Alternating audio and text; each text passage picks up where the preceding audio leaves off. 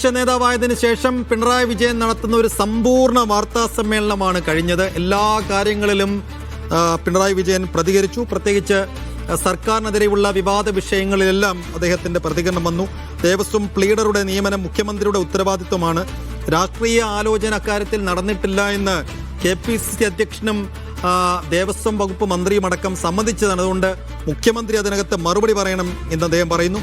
PM ശ്രീയുമായി മുന്നോട്ട് പോകില്ല എന്ന് നേരത്തെ തന്നെ വ്യക്തമാക്കിയതാണ്. അതിൽ ഒരു ആശയക്കുഴപ്പം ഇപ്പോൾ ജനങ്ങൾക്കിടയിലുണ്ട്. അത് ദൂരീകരിക്കേണ്ടതും മുഖ്യമന്ത്രിയാണ് എന്ന് പറഞ്ഞതിനൊപ്പം വളരെ പ്രധാനപ്പെട്ട ചില കാര്യങ്ങളിൽ പിണറായി വിജയന്റെ പ്രതികരണമുണ്ട്. അത് വെള്ളാപ്പള്ളിയെ കാറിൽ കയറ്റിയത് തെറ്റായി കണ്ടിട്ടില്ല, ഇപ്പോഴും കാണുന്നില്ല എന്ന് അസന്നിഗ്ധമായി പിണറായി വിജയൻ വീണ്ടും വ്യക്തമാക്കിയിരിക്കുന്നു.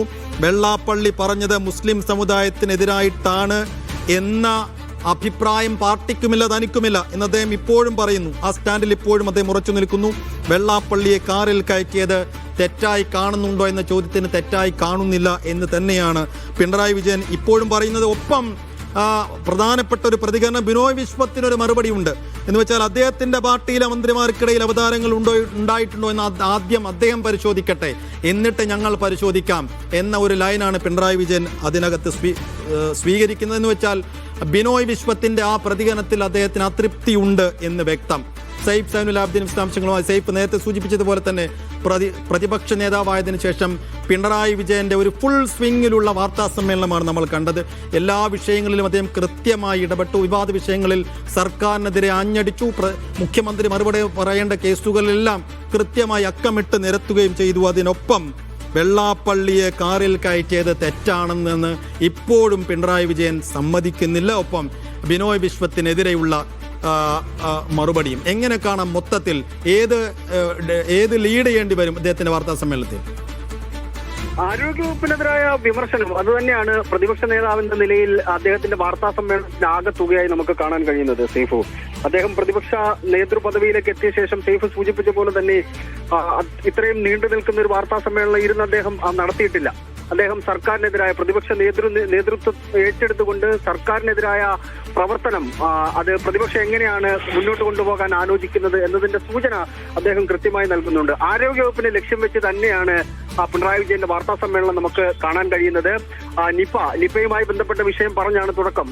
നിപയിൽ ആരോഗ്യവകുപ്പിന് ഏകോപനം ഉണ്ടായിട്ടില്ല എന്നുള്ളതാണ് സർക്കാരിനെതിരായ വിമർശനമായി അദ്ദേഹം പറയുന്നത്. അത് കഴിഞ്ഞ സർക്കാരിന്റെ പ്രവർത്തനവുമായി കൂട്ടിയോജിപ്പിച്ചാണ് അദ്ദേഹം പറയുന്നത്.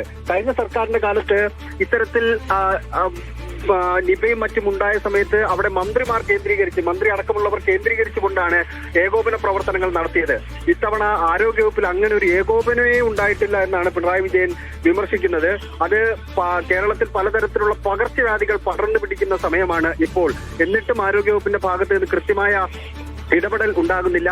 നിപയെ രാഷ്ട്രീയമായി കഴിഞ്ഞ പ്രതിപക്ഷം കണ്ടെങ്കിൽ ഞങ്ങൾ അങ്ങനെ കാണാൻ ഉദ്ദേശിക്കുന്നില്ല. സർക്കാരിന് വേണ്ടിയുള്ള സഹായങ്ങൾ പ്രതിപക്ഷത്തിന്റെ ഭാഗത്ത് നിന്ന് പ്രതിരോധ പ്രവർത്തനങ്ങളിൽ ഉണ്ടാകും എന്നുകൂടി അദ്ദേഹം പറഞ്ഞു വെക്കുന്നുണ്ട്. പിന്നീട് K മുരളീധരനെതിരായ വിമർശനമാണ് അദ്ദേഹം മുന്നോട്ട് വെച്ചത്. ഈ രോഗങ്ങൾ വരുന്നത് എണ്ണമില്ലാത്തവർ ഭരിക്കുമ്പോഴാണ് എന്ന തരത്തിലുള്ള ചില പരാമർശങ്ങൾ അദ്ദേഹം നടത്തിയിരുന്നു. അത് ഭരിക്കുന്നവരെ നോക്കിയല്ല രോഗങ്ങൾ വരുന്നതെന്ന മറുപടിയാണ് അതിന് അദ്ദേഹം നൽകിയിട്ടുള്ളത്. പിന്നീട് സമകാലിക രാഷ്ട്രീയ വിഷയങ്ങളുമായി ബന്ധപ്പെട്ട കാര്യങ്ങളോട് അദ്ദേഹം പ്രതികരിക്കുകയും ചെയ്തു. അതിൽ ഏറ്റവും പ്രധാനപ്പെട്ടത് വെള്ളാപ്പള്ളി നടേശനുമായി ബന്ധപ്പെട്ട വിഷയമാണ്. വെള്ളാപ്പള്ളി നടേശനെ കാറിൽ കയറ്റിയതും തെറ്റാണോ എന്ന് പാർട്ടി വിലയിരുത്തിയിട്ടുണ്ടോ എന്നുള്ള ചോദ്യത്തിന് അതല്ല, അങ്ങനെ വിലയിരുത്തിയിട്ടില്ല പാർട്ടി.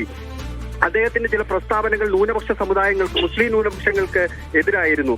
അതിനെതിരെ പാർട്ടി നേതൃത്വം പറഞ്ഞുവെങ്കിലും അത് ജനങ്ങളെ ബോധ്യപ്പെടുത്തുന്ന തരത്തിൽ ആയിരുന്നില്ല എന്ന വിമർശനമുണ്ടാവുകയും അത് പാർട്ടി നേതൃത്വം ഉൾക്കൊള്ളുകയും ചെയ്തിട്ടുണ്ട്. അതാണ് തങ്ങൾക്ക് ആ വിഷയത്തിൽ തെറ്റുപറ്റിപ്പോയി എന്ന് അദ്ദേഹം പറഞ്ഞു വെക്കാനുള്ള ഏറ്റവും പ്രധാനപ്പെട്ട കാര്യം. പിന്നീട് ഔദ്യോഗിക വസതിയുമായി ബന്ധപ്പെട്ട കാര്യങ്ങൾ അദ്ദേഹം സൂചിപ്പിക്കുന്നുണ്ട്. അതിനകത്ത് അദ്ദേഹം ഒരു അതൃപ്തി സ്വരം അതിനകത്ത് ഉണ്ട് താനും. കാരണം അദ്ദേഹം മാറി, അദ്ദേഹം എത്രയും വേഗം താൻ അവിടുന്ന് മാറി, എന്നിട്ട് അത് മാറിയില്ല, അദ്ദേഹം മാറിയില്ല എന്നുള്ള സൂചനയാണ് അദ്ദേഹം നൽകുന്നത്. മറ്റൊരു പ്രധാനപ്പെട്ട കാര്യമായി നമുക്ക് കാണാൻ കഴിയുന്നത് പത്മകുമാറുമായി ബന്ധപ്പെട്ട കാര്യം. കാര്യം. പത്മകുമാറിന് ഇത്തരത്തിൽ ചില പരാമർശങ്ങൾ നടത്തിയിട്ടുണ്ടല്ലോ എന്ന ചോദ്യത്തിന് അദ്ദേഹത്തെ മുഖ്യമന്ത്രിയുടെ ഓഫീസിൽ നിന്ന് അദ്ദേഹത്തിന് മാറ്റി നിർത്തേണ്ട കാര്യമില്ല, അദ്ദേഹത്തിനെ ശബരിമലയിൽ നിന്ന് മാറ്റി നിർത്തേണ്ട കാര്യം മുഖ്യമന്ത്രിയുടെ ഓഫീസിലില്ല എന്ന മറുപടിയാണ് ആ വിഷയത്തിൽ അദ്ദേഹം നൽകിയത്. പിന്നീട് ഇന്ദിരാ ഗ്യാരണ്ടിയുമായി ബന്ധപ്പെട്ട് KSRTC ബസ്സുകളുമായി ബന്ധപ്പെട്ട സ്ത്രീകളുടെ സൗജന്യ യാത്രയുമായി ബന്ധപ്പെട്ട വിഷയത്തിൽ അദ്ദേഹം പ്രതികരിക്കുന്നത്, കേരളത്തിലെ എല്ലാ സ്ഥലങ്ങളിലും ഓർഡിനറി ബസ്സില്ല.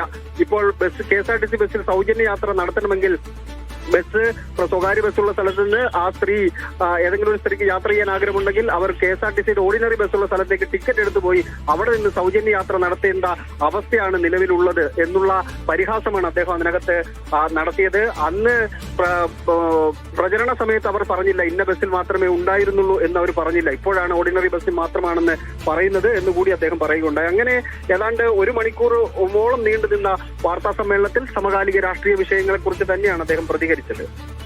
തീർച്ചയായും 1 മണിക്കൂറിലധികം നീണ്ടുനിന്ന വാർത്താ സമ്മേളനത്തിൽ ആരോഗ്യ വകുപ്പിനെതിരായ നിശ്ചിതമായ വിമർശനങ്ങളിലാണ് അദ്ദേഹം ഊന്നിയത്. എല്ലാ വിഷയങ്ങളും മാധ്യമപ്രവർത്തകരുടെ എല്ലാ ചോദ്യങ്ങൾക്കും അദ്ദേഹം മറുപടി പറഞ്ഞു. പക്ഷേ ചില വിവാദ വിഷയങ്ങളിലൊക്കെ അദ്ദേഹത്തിന്റെ നിലപാട് അദ്ദേഹം ആവർത്തിക്കുന്നതും കൂടി നമ്മൾ കാണുകയാണ്. അപ്പോൾ ഇനി മുഖ്യമന്ത്രി മറുപടി പറയണം എന്ന് പിണറായി വിജയൻ പറഞ്ഞ ചില വിഷയങ്ങളുണ്ട്. അതിൽ മുഖ്യമന്ത്രി VD സതീശന്റെ മറുപടി ഇനി ഉണ്ടാകുമോ എന്ന് കാത്തിരുന്നു കാണാം.